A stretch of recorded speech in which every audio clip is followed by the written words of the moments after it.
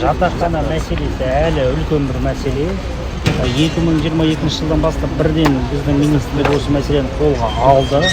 Жыл сайын 10 мыңнан астам төсек орын жатақханалар бізге қазір құрылысты бастап жатырмыз. Былтыр 43 объект тапсырылса, 10.343 төсек орынды.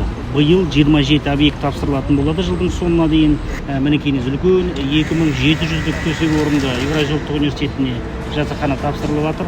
Оның үстіне реконструкцияға субсидиялық нормативтерді өзгертетін боламыз. Яғни бұрыннан салынған қонақ үй немесе хостел немесе бір бизнес орталықтар болған жағдайда осы реконструкцияға арнайы үкіметтің көмегімен оларды тез арада жатақханаға айналдыруға мүмкіндік береміз.